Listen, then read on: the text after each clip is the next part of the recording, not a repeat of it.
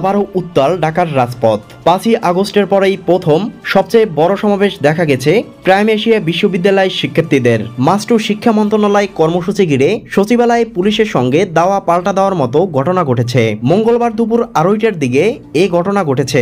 বিশ্ববিদ্যালয়ের একদল শিক্ষার্থী সচিবালয় গেটের ভিতরে প্রবেশের চেষ্টা করলে পুলিশ তাদের দাওয়া দেয়। এ সময় আহত হয়েছে একাধিক শিক্ষার্থী। এ বিষয়ে বিস্তারিত।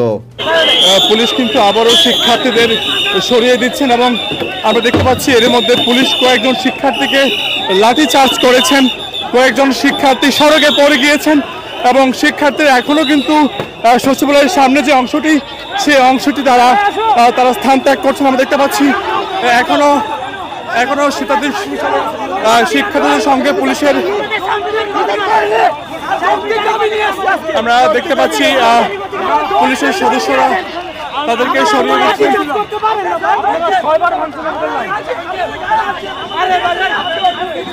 আমরা দেখতে পাচ্ছি পুলিশ কিন্তু এর মধ্যে শিক্ষার্থীদেরকে মানুষের ক্ষতি করতে পুলিশ আসতে হলে পুলিশ